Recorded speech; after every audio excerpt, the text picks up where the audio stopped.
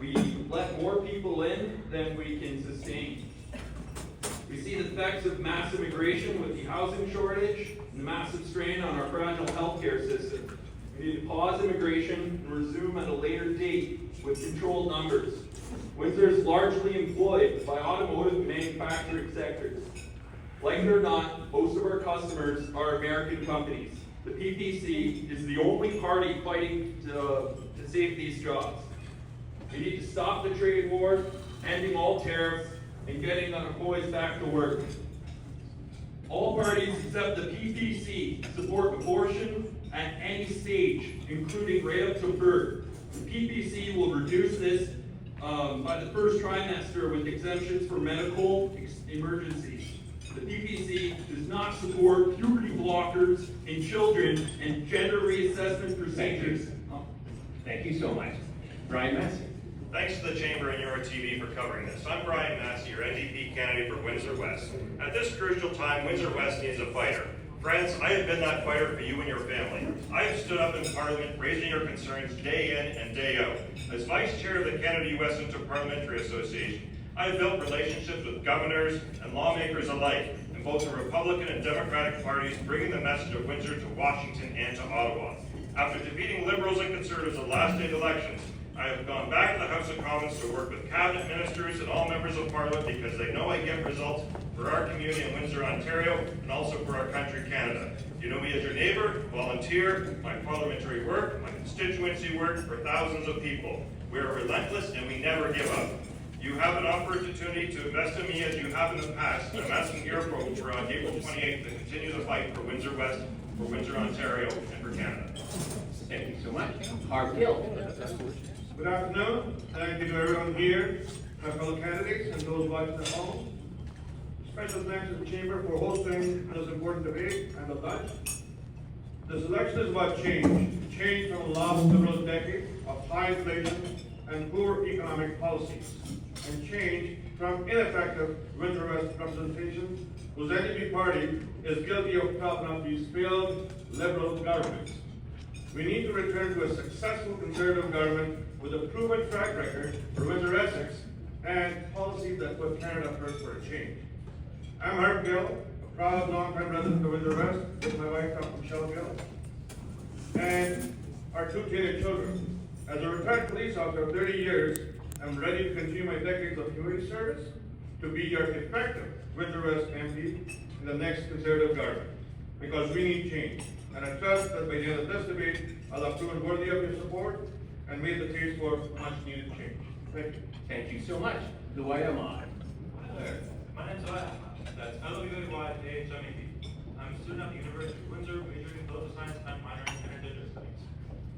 I'm very honored to be here today among these esteemed candidates. Most of them, at least. So anyways, my campaign is almost fully made up of students, from volunteers to electorate. And we're pragmatic to a fault. Our goal here isn't to win or to gather votes. Our goal here is to center student issues, and to center youth issues in general. Because any policy made today is going to affect us longer than anyone else. Global warming being just one of them. The climate crisis is something we have to address now. Because putting it off for years or decades will be detrimental and will erase ecosystems off the planet forever. Though we don't represent the ideological threat of all of our contemporaries, I hope that I can conduct myself with the type of work today that will make you, the voter, optimistic for our future. Thank you. Great, thank you very much. The first question will start with Richard Pollock, and as with all the writings, the first question comes from the presenting sponsor of the Chamber's 2025 federal election debate, the Windsor-Essex County Association of Realtors. How would your government work with the provincial, territorial, and municipal governments to address housing issues and create mechanisms that support Canadians across the entire housing continuum? This is part of our platform to fight, protect, and build for Canada. Our housing policy is set forth to build Canada homes. We will start to get the government back into the home construction business, just like what we did after World War II. You see those homes in South Windsor. Those were built in the 1950s with government initiatives.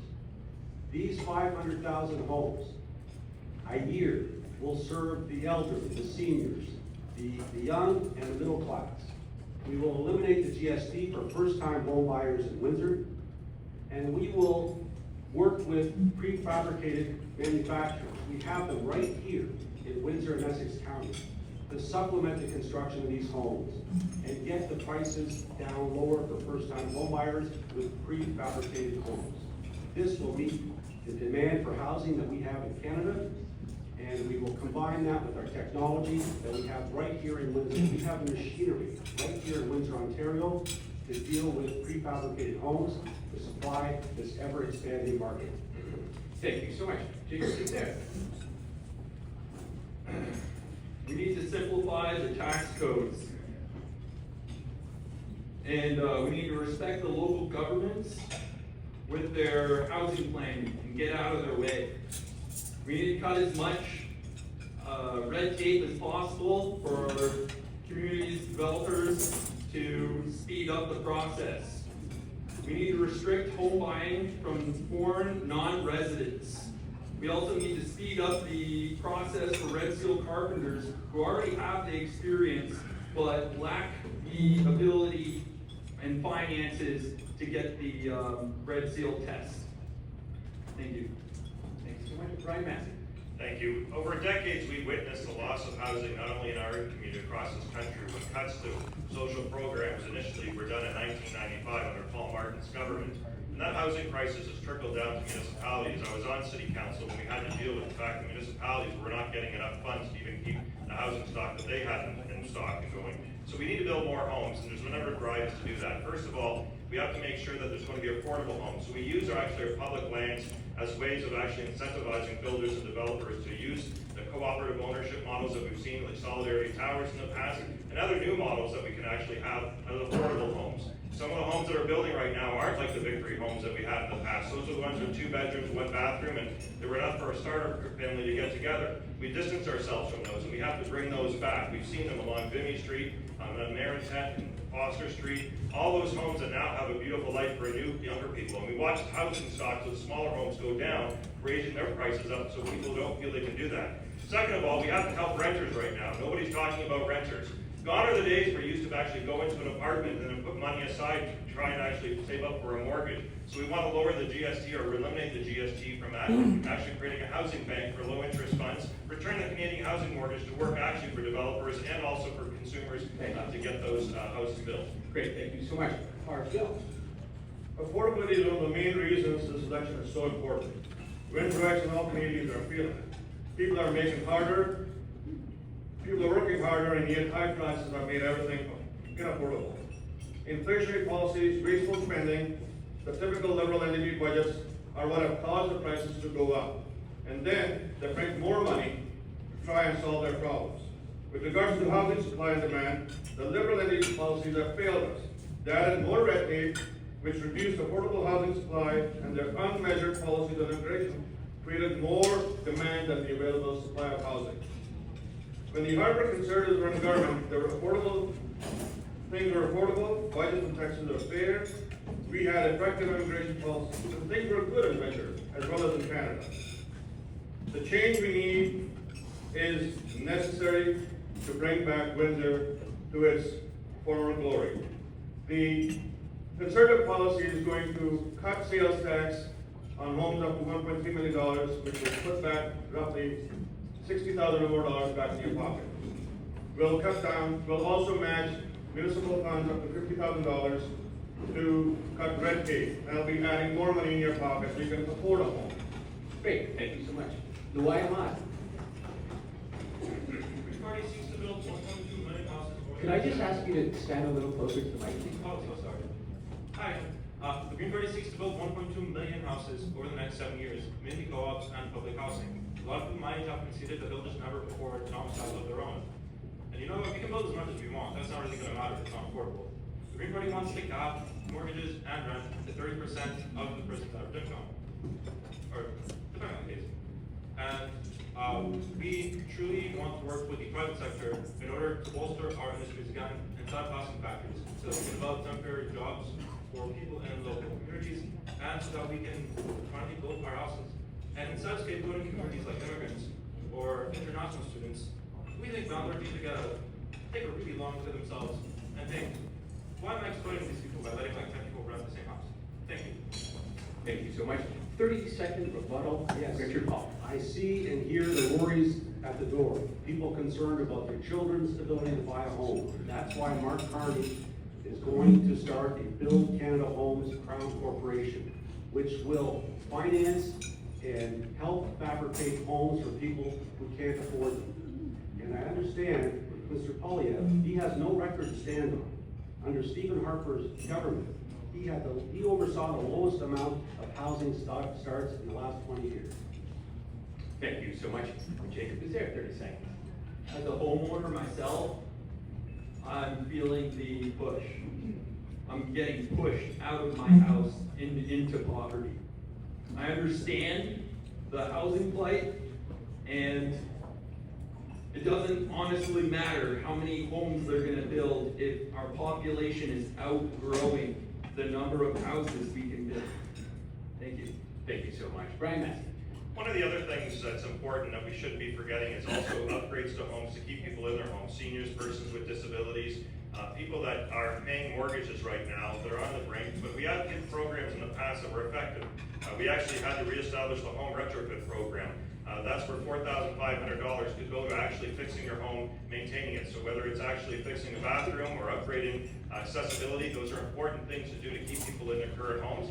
It also creates jobs for the local economy. For SMEs, it's very important because it's windows, doors, energy efficiency, all the things that will make it effective to stay in your home. That's great. Harkin. Thank you. So, back in 2015, when the Conservative government was in power, the average home in Windsor cost $200,000. Today, over $580,000. The person about 20 years ago, about age 29, could buy their first home. Today, you need to be about 40 or older to be able to afford to buy your first home. We already had 10 years of liberal housing plans supported by the NDP, and what do we have to show for it? Unaffordability and low supply. Their solution is more red tape, more delays, and higher taxes like the carbon tax that makes everything more expensive. Thank you so much. Louis Aymar. Housing prices are just a symptom of a disease that permeates in our society, and that's pretty much just corporate overreach. A lot of our problems are artificially inflated. Houses don't have to be as expensive as they are. The entire market is a bubble. It's not going to pop anytime soon. I hope it does. But we just have to be pragmatic in that sense. Thank you. Thank you so much. This next question begins with Jacob Bezerra. Our region depends on the border with the United States being open, including with the pending new bridge. What should be done to fight on again, off again, Trump tariffs, and keep the border flowing freely? Great question. Okay, so tariffs on either side for Windsor. A counter tariff just taxes Canadian companies. As I said before, our customers in the auto industry are American companies. We need to negotiate with Donald Trump, whether you like him or not, and we need to come to a deal and end these tariffs entirely. Thank you. Brian Massey. Well, there's a couple things that have come to mind right away. First of all, we have to continue to engage with the United States during these difficult times. I was in Washington, D.C. about 6 weeks ago with a delegation pushing the Canadian agenda, spoke at the Great Lakes Breakfast for Congress and the Senate, as well as the Canadian Business Council and the Chamber of Commerce, and it's clear that we have our allies out there. People do understand, so a good example is the 5 million vehicles that come into the United States and Canada and Mexico. Of that, 3.5 million are the United States, and the rest of Mexico and Canada have zero North American content. Those are our problems that we have to reach our friends in both the Republican and the Democratic Party to push back.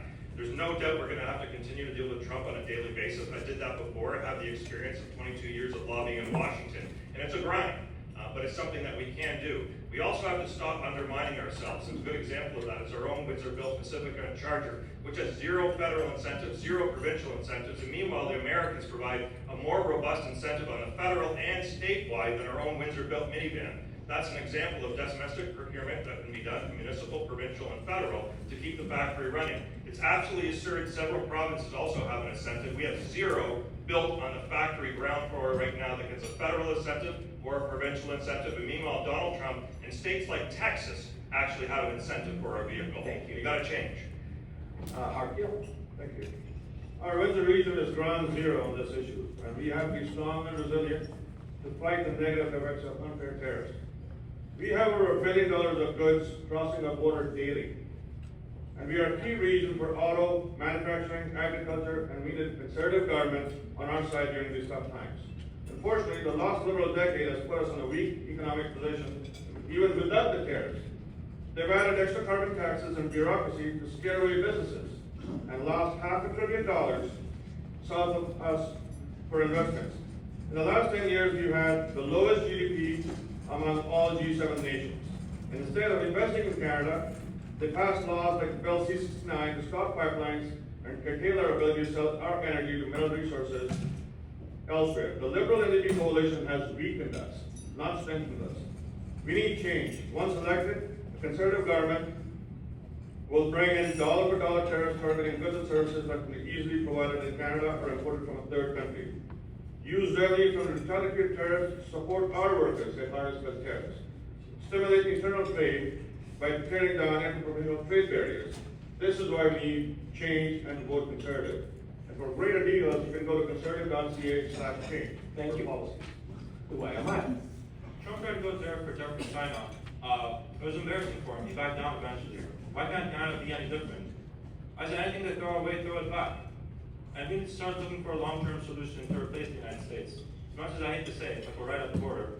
We can't rely on these people forever. Whenever there's a Republican president in charge in the future, we're going to have to worry about them thinking the same ideas. Truly, Europe is going to be our future partner, our future best ally on the world stage. And I think that we should look towards trading with them more, rather than looking towards our weird neighbors to the south. Thank you. Thank you, Richard Pollock. Mark Carney's message is to fight, protect, and build. Fight with counter tariffs, which are directed to impact the U.S. economy in a focused and measured way. Protect our workers with a $2 billion strategic investment fund to allow the workers to deal with the uncertainty and the layoffs that they have to deal with, and to assist the companies, the manufacturers in Canada. They will be assisted with respect to this $2 billion fund, so that the tariffs they pay, they will be reimbursed for. That way, Donald Trump's efforts at destroying our economy will not succeed. And we will, unlike Mr. Poilievre, our tariffs will be designed to protect workers. That is what I am going to be elected to do as your member of parliament.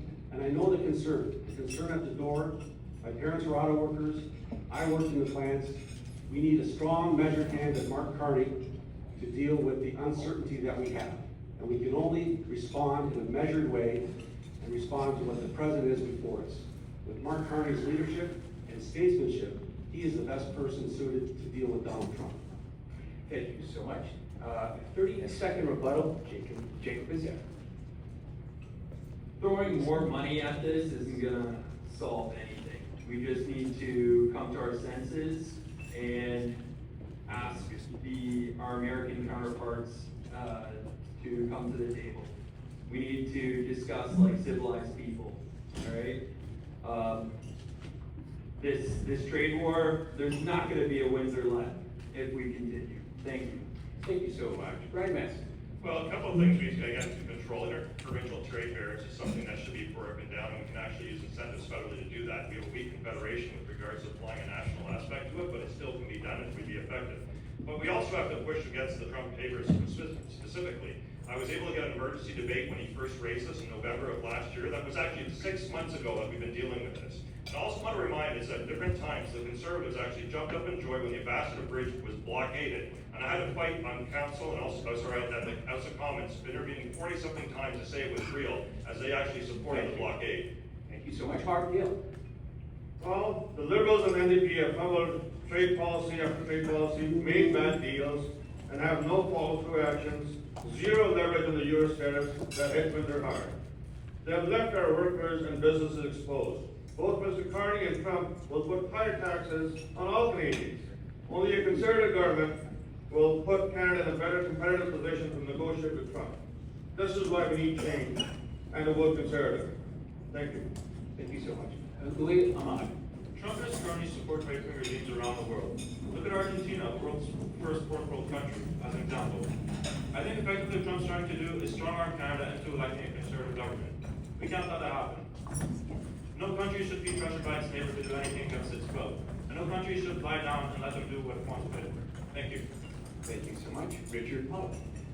We have an outlet strategy. Look at the first EV battery plant in Canada, right here in Windsor, Ontario, with 2,500 plus jobs. And our plan, Mark Carney's plan, is to expand and diversify trade partners, including $5 billion to improve trade corridors, nation-building projects at ports, at railroads, at airports, and highways. And by transporting those trade corridors to the UK and EU, we are a trusted international partner, and we will take advantage of that. Thank you so much. This next question begins with Brian Massey. How will you help bring the long-awaited Ojibwe National Urban Park across the finish line? Thank you, I appreciate the question, and I want to start by thanking all Windsorites for their work